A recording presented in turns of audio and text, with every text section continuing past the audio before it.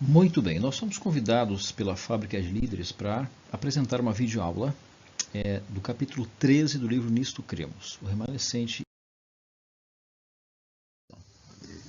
Se você analisar aqui o gráfico, nós temos 6 doutrinas fundamentais como igreja, que se subdividem em crenças fundamentais, da qual a número 13 é o remanescente. Os teólogos dizem que o livro do Apocalipse se divide em duas partes, uma histórica e outra escatológica. E o centro temático do Apocalipse como um todo é o capítulo 12, porque ele traz ali as cenas principais do chamado grande cósmico. Apocalipse 12, portanto, é citado 13 vezes, sendo o centro da exposição da doutrina do remanescente. Então, todos os demais versos bíblicos neste capítulo, ali no caso do Nisto Cremos, giram em torno de Apocalipse 12. Por exemplo, vamos analisar aqui os primeiros 4 versos. É uma cena bastante dramática, na qual há uma mulher vestida de sol e etc., que representa o quê? A Igreja de Deus. No Novo Testamento, ela representa evidentemente a Igreja cristã.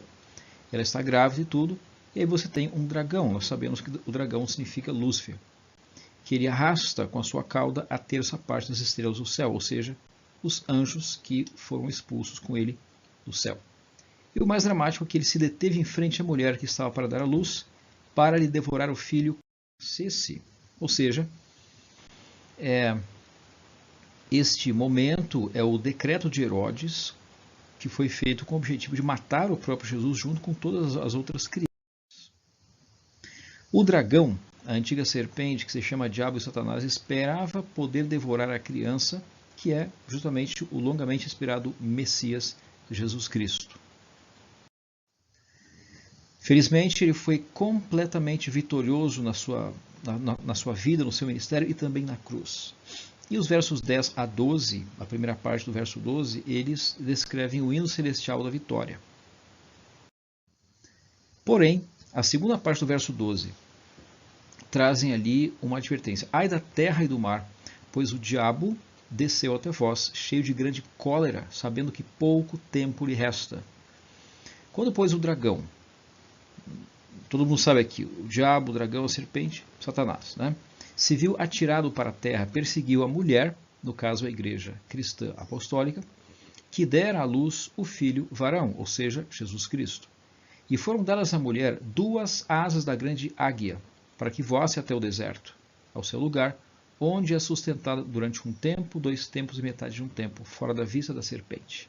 Muito bem.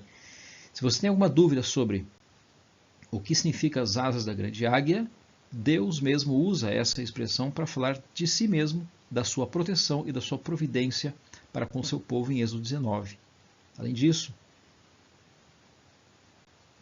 é importante que a gente entenda que a experiência do deserto evoca tanto o sustento de Deus para com Israel, como para com o profeta Elias. Portanto, tendo fugido para lugares pouco habitados, a igreja foi sustentada por um período de 1260 anos. Você vê aí no gráfico a maneira de calcular um tempo, 2 tempos, metade de um tempo. E esse período profético de 1260 anos, ele é provavelmente o mais consolidado pela quantidade de vezes em que ele é repetido, tanto em Daniel como em Apocalipse, para que ninguém jamais confunda o que significam esses 1260 anos. Agora, a informação mais importante, o remanescente surge apenas depois dos 1260 anos da profecia. Essa linha do tempo mostra para você, graficamente, né, esse período, que começa no ano 538, no qual Justiniano concede ao bispo de Roma a autoridade civil e não apenas religiosa para defender a igreja, mas durante esse período todo, o que nós temos são um processo aí de doutrinas não bíblicas entrando no seio da igreja. Você pode ver pelo gráfico aí que são muitas coisas que não se baseiam na Bíblia, sobretudo a ideia de que apenas o Papa é o líder autêntico que representa Deus como vigário, a infalibilidade, as obras meritórias que são típicas do paganismo, além, claro, de penitências, indulgências e autoridade exclusiva da Igreja como intérprete da Bíblia. Infelizmente, nós temos a Reforma Protestante, e aí então você tem, novamente, a Bíblia na mão das pessoas, as pessoas lendo a Palavra de Deus, descobrindo a justificação pela fé, colocando a Bíblia acima da tradição, revertendo essa questão dos ensinos não bíblicos, agora repudiados. Mas, infelizmente, a Reforma perdeu seu ímpeto inicial, tornando-se ali formalizada, de certa forma secularizada, e ela deixou de progredir nas suas descobertas bíblicas. Portanto, Berthier, no ano de 1798, mais ou menos ali, quase 10 anos depois do início da Revolução Francesa, ele prende o Papa Pio VI, esse Papa morre na prisão, e esse golpe contra a Igreja Católica é interpretado pelos que estudam a profecia como a ferida mortal descrita em Apocalipse 13, ou seja, ela marca o fim dos 1260 anos. Na prática, isso significa que, deste ponto em diante, nós estamos vivendo já no tempo do fim. E o mais importante, 45, 46 anos depois desse evento, você tem o evento de 1844, a partir do qual nós entendemos pelas profecias que surge o remanescente. Mas a pergunta é, quem é o remanescente? Vamos então ao texto de Apocalipse 12, 17. Irou-se o dragão contra a mulher e foi pelejar com os restantes da sua descendência. E quem são eles? São os que guardam os mandamentos de Deus e têm o testemunho de Jesus. Veja que eles têm sobre si a responsabilidade de proclamar, justamente antes do retorno de Cristo, a advertência final de Deus ao mundo, a tríplice mensagem angélica de Apocalipse 14, 6 a 12.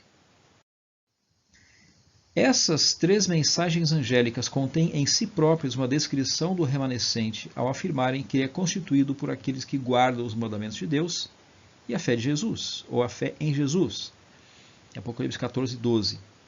Evidentemente, mandamentos significam os 10 mandamentos originais, escritos no Antigo Testamento e representam a imutável lei moral de Deus. Da mesma forma, a fé em Jesus é a mesma fé que o próprio Jesus ele vivia quando esteve aqui na Terra. Ele tinha uma inabalável confiança em Deus, na autoridade das Escrituras, ele pregava todas as verdades da Bíblia e ele proclamava o mesmo Evangelho. Se você comparar Apocalipse 14, 12 com Apocalipse 12, 17, vai ver que a única diferença está na expressão testemunho de Jesus, que nós entendemos que é o espírito de profecia, manifestado em Ellen White. E eu gostaria de mostrar para você agora o seguinte.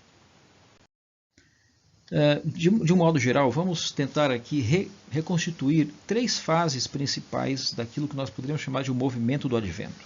A primeira delas é o movimento interconfessional, que é basicamente o movimento milerita, que foi de 1831 até 1844. Bom, após o dia 22 de outubro, houve um grande desapontamento, houve ali uma ruptura, um desfacelamento desse movimento. Mas um grupo muito pequeno de pessoas, portanto um remanescente desse movimento, continuou estudando a Bíblia. Nós entendemos que nós somos, portanto, herdeiros e continuadores da Reforma Protestante por causa da restauração completa das verdades bíblicas. E hoje, veja que de 1844 até 63, você tem então ali o período de formação, de consolidação da nossa compreensão como igreja. E depois disso, ela se tornou uma instituição nova, como uma organização que prega o Evangelho. E nós vemos as 3 mensagens angélicas como o nosso DNA, a nossa identidade. A Igreja Adventista do Sétimo Dia é, portanto, um movimento profético dos dias. As 3 mensagens angélicas são a missão do remanescente. Elas revelam a proclamação do remanescente, ao qual deverá trazer completa e final restauração da verdade do Evangelho. Essas 3 mensagens também correspondem à resposta de Deus aos extraordinários enganos satânicos que varrem o nosso mundo atualmente. Analisando a primeira mensagem angélica, nós vemos que, em primeiro lugar, o Evangelho eterno significa que não é um Evangelho novo, não é um Evangelho diferente. Do Gênesis ao Apocalipse, é a mesma mensagem de salvação pela fé em Jesus Cristo. Quanto ao cenário profético, existe um tempo determinado para o julgamento dos santos. Veja, com a expressão é chegada a hora do seu juízo. Você tem a expressão de que em Apocalipse 14:7, a palavra juízo é o ato, o processo do julgamento como um todo, em todas as suas fases. Agora, a primeira mensagem angélica também nos ordena adorar ao Criador, aquele que fez o céu, a terra, o mar e as fontes das águas. Ao ordenar que nós adoremos o Criador, essa mensagem chama a atenção para o quarto mandamento, para o sábado. Ela nos conduz à adoração verdadeira do Criador, através do memorial da criação, que é o sétimo dia, o qual ele instituiu na criação e confirmou ao entregar os 10 mandamentos. A segunda mensagem angélica mostra como Babilônia, que durante muitos milênios trabalhou contra Deus e contra o povo de Deus, criando doutrinas falsas, será finalmente derrotada. Essa é a mensagem essencial da queda de Babilônia.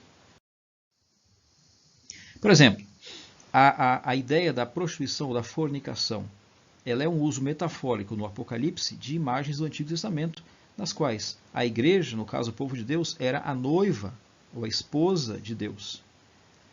No Novo Testamento é a noiva do Cordeiro.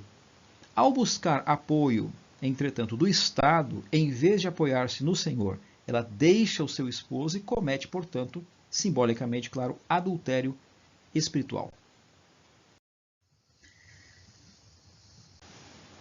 Então, lembre-se apenas que Apocalipse 18, 2 a 4, complementa a segunda mensagem angélica com esse fortíssimo chamado: retirai-vos dela, povo meu. A terceira mensagem angélica, ela mostra o perigo daqueles que, não conhecendo a palavra de Deus, serão enganados pela besta. Ou seja, o que é a besta? É um sistema político-religioso de poder. A palavra besta é um animal, é um monstro, alguém assustador, alguém que pode matar. Portanto, a besta, descrita em Apocalipse 13, logo depois, é a união da igreja com o Estado, que dominou no passado o mundo cristão, que foi descrita por Paulo como homem do pecado e por Daniel como a ponta ou o chifre pequeno. Você pode conferir aí os versos bíblicos. Mas, o mais importante, o que é a imagem da besta? É justamente a repetição, a imitação desse sistema político-religioso nos dias, no caso, nos dias finais, nos últimos dias. É quando as igrejas se unirem ao Estado, criando uma nova legislação para impor essa lei para o mundo inteiro. Com a união da igreja e o Estado, uma nova legislação será imposta ao planeta, implicando o fim da liberdade religiosa, o recomeço da perseguição religiosa para os que forem contra, e aí você vai ter duas grandes classes, ou dois grandes grupos. Em primeiro lugar, um grupo, a grande maioria no mundo, formará uma grande aliança ecumênica em torno do domingo, e em oposição àqueles que saírem desta aliança ecumênica para se juntarem ao remanescente, formarão então, finalmente, aqueles que guardam os mandamentos de Deus e a fé em Jesus nos últimos momentos, e eles estarão guardando, portanto, o dia verdadeiro, que é o dia de sábado. Como você vê, as doutrinas da segunda vinda, do milênio, da nova terra, elas têm cada um capítulo à parte no livro Nisto Cremos. Então eu quero resumir aqui essa exposição do capítulo 13 com esse gráfico, o remanescente e a sua missão. Você percebe que o mais importante aqui é entendermos que o remanescente ele surge no contexto do tempo do fim, depois dos 1260 anos, e com essa frase nós terminamos. O remanescente é o povo da profecia que proclama a mensagem profética. Eles devem entender a profecia e ensiná-la. Faça isso como líder e guie os seus desbravadores até o reino de Deus. Um grande abraço e que Deus te abençoe.